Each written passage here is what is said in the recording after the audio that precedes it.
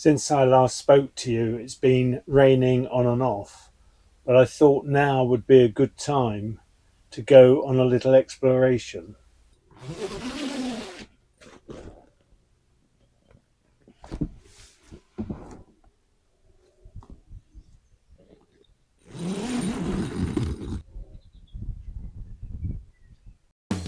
I'm Alan. I own a 45-foot narrowboat, have an interest in industrial heritage, transport and technology, and invite you to join me as I cruise, repair and maintain my boat, and visit events and places of historic interest.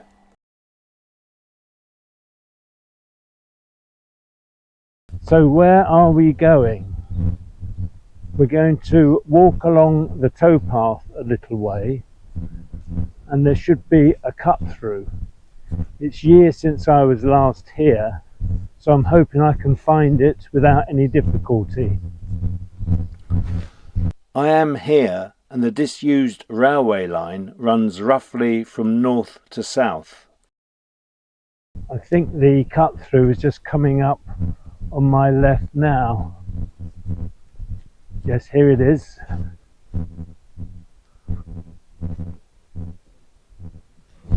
Got to be careful, it's a little bit slippy here, as you can see. Oops, God dear. It is slippy, I nearly fell over. I'm going to take this very easy down here.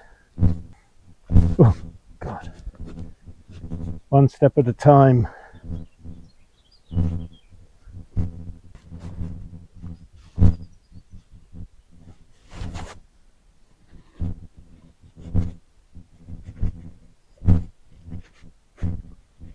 I don't recall it being this difficult last time.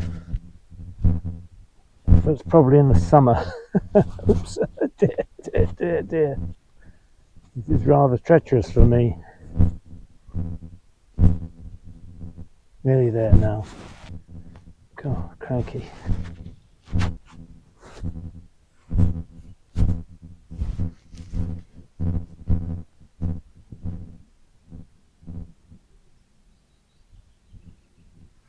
So what does this track look like to you?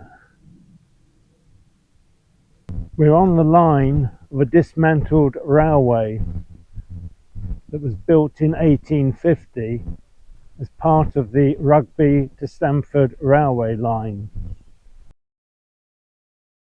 It was originally single track and it was later doubled in 1878. The section I'm walking on ran from Rugby to Market Harborough and included a few local stations on the route, including Lilbourne, Yelvertoft and Stanford, and Theddingworth. Theddingworth station actually still exists, not as a station, it's now preserved, and I'm hoping to get along there to show you. So I won't say too much about it now, but it is something else to look forward to on my cruise.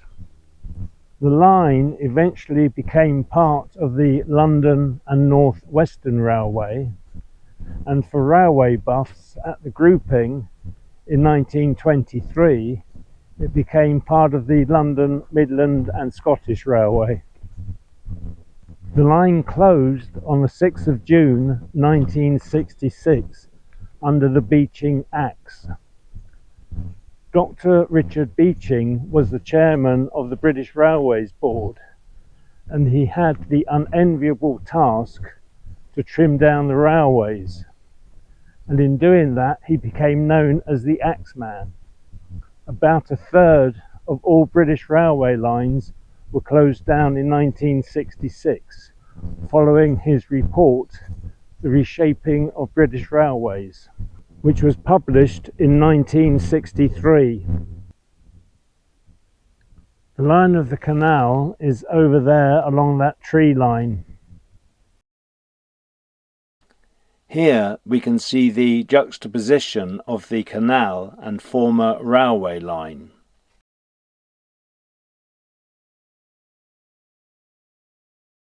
Since I've been walking, you may have noticed a change in the weather. So I'm about to do an about turn and walk back again.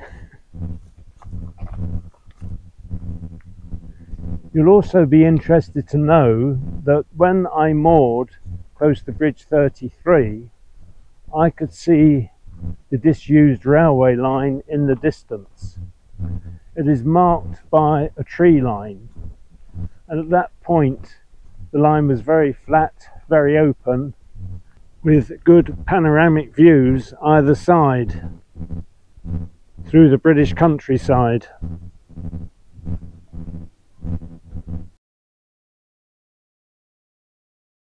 I'm hoping it's not going to start raining again.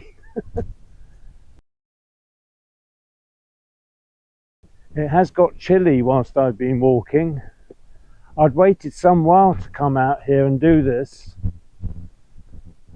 I kept thinking, oh, it's going to improve, and then it rained again, and then it stopped, and later on it started again. But I'm glad I've managed to get out and show you this. As I say, I know it won't appeal to everyone, but it is part of the history close to the canal. I think it's worth mentioning, and I hope many of you will agree with me. When I'm walking a disused railway line, it's always nice to think that you might see a piece of old infrastructure, a bit of a fence, an old signal post, anything really connected with the railway. But I haven't noticed anything along here at all, which is rather disappointing. I'm just coming back to the opening where the steps are. Glad I found it.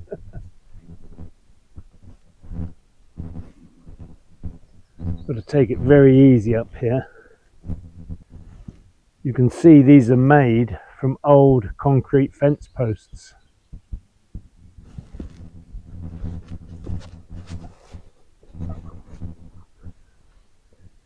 You can even see where the wires used to be.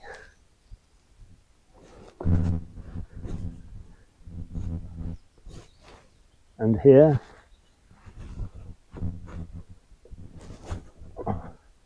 it's tricky for me, this. Oops. Crikey. Nearly at the top now.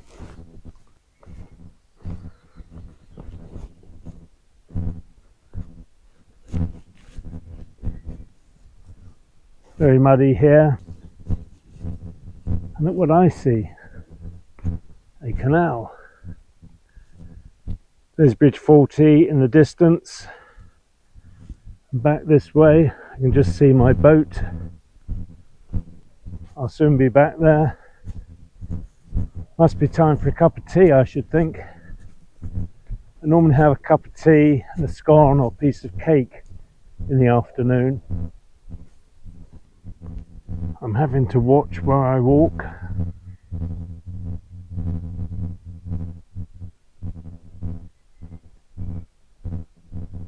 You can see the line of the old railway along here, and it curves off in the distance there.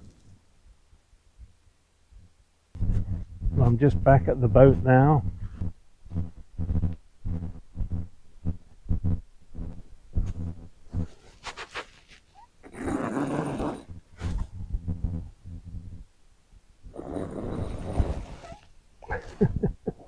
It's always good to be home, isn't it? Doesn't matter where home is. It's always good to be there. Let's take a look at some historic and more recent photos, starting with Lilbourne Station. The recent pictures I took. Lilbourne Station House is up for sale at £385,000. The two platforms are just visible, more so on the right side here.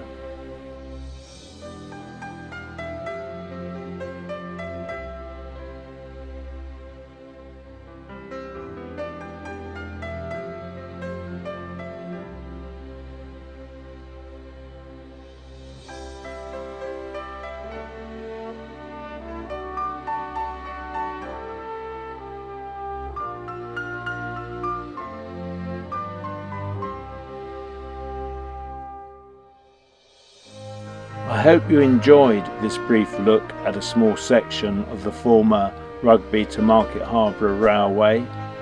In a later cruising episode, I take a very pleasant walk down to Theddingworth Station.